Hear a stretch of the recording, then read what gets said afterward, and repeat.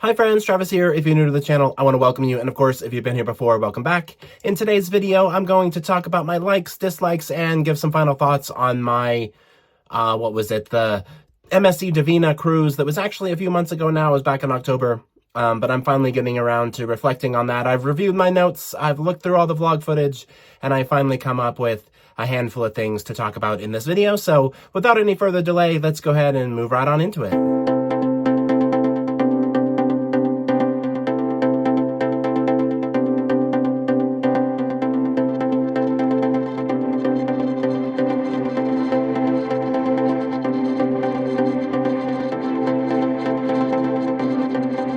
If you've ever seen one of these videos on my channel before, you know I like to start with the dislikes and then move into the likes and close out with my final thoughts so that I can leave things sort of on more of a happier, note or whatever. Some people get a little bit weird when I move right into what I didn't like about the cruise, but I'm trying to make this video as constructive and helpful as possible, and there are good things to come, I promise. The first thing I didn't like about this sailing in particular is that I got sick.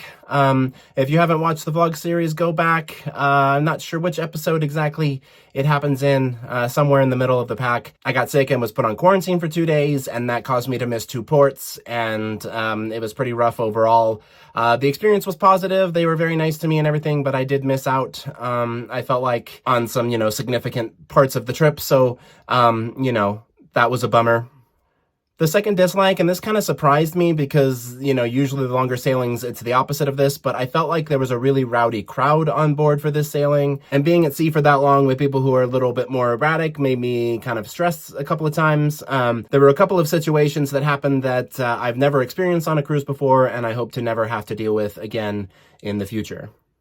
And the last dislike is that the first half of this cruise dragged a little bit. I'm not really sure why. I think it had to do with the fact that I didn't initially click with anyone right away. I enjoyed my table mates, and we became really good friends towards the later end of the cruise, but there was some awkwardness at first with them, and then also I didn't really find a good bartender right away like I normally do, and, whatever. I was kind of like just sticking to myself a lot more than normal. I'm not actually sure why, but it ended up working out. It ended up being a really nice cruise overall, but I definitely, about a third of the way through was like, did I make a mistake? Did I book too long of a cruise? Maybe I'm a, 7-day max kind of guy.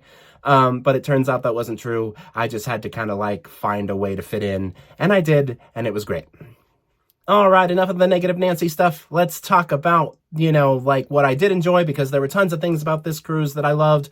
This was one of my favorite sailings of all time. This was my first ever repositioning cruise, and I enjoyed it so much that I've actually booked another one. When the Meraviglia moves to New York from Port Canaveral, I will be on that 11-night sailing as well.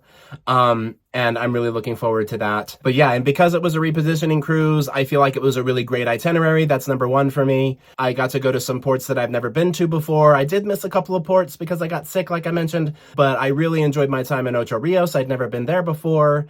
We got to go to Colombia. We got to go to Aruba.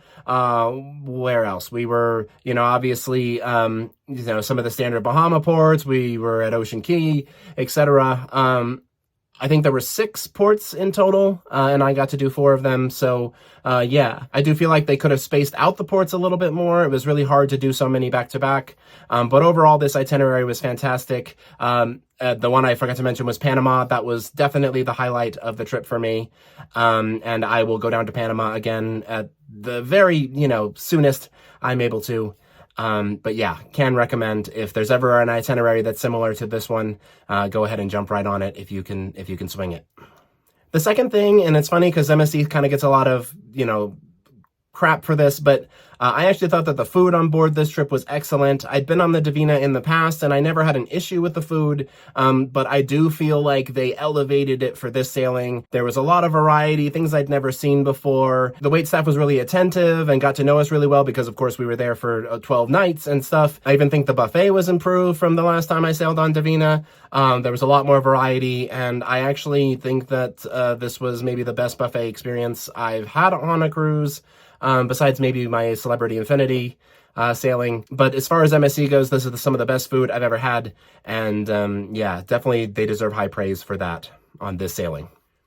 And then the last thing that I really liked is that this sailing had a really good Facebook group. I always tell people that, haven't sailed before or, are new to cruising or whatever, that they should join the Facebook group. There's almost always one for every sailing, but I've had a couple of dud groups recently, but the Facebook group on my MSC Divina sailing for October, repositioning from Port Canaveral to Miami, was excellent. There were so many cool activities that they organized. The meet and greet was fun. The shot glass exchange was fun. The people in that group, you know, took me under their wing a lot. We did multiple bar crawls and things. And yeah, so definitely enjoyed the Facebook group. And so if you can get a Facebook group like that, it's kind of rare, but definitely shout out to all of the people who were in charge of that group and made this sailing extra special because of it. And then just to kind of close things out, I'll give some final thoughts for you all.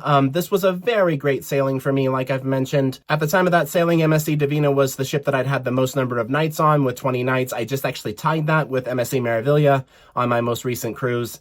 But I think between the two ships and between the overall vibe and stuff, I actually lean more towards Divina, which I know is a surprise, because Meraviglia was my first ever ship. I think that ship is gorgeous, you know, absolutely beautiful, etc. But there's something really charming about MSC Divina, and between the 3 sailings and the 20 nights that I've been on board, she's by far one of my favorite ships. So yeah, I definitely can recommend. This sailing wasn't the best I've ever had, you know, compared to like the other 19 or whatever that I've been on. I would say it's definitely in the top half. But there were some glitches and some issues that happened that didn't make it overall perfect. But then again, no sailing ever is perfect. There will be glitches. But yeah, overall, I think if you're inquiring about MSC Divina, you should give her a chance, give her a shot.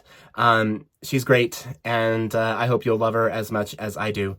But anyway, let me know in the comments below if you have any comments about MSC Divina.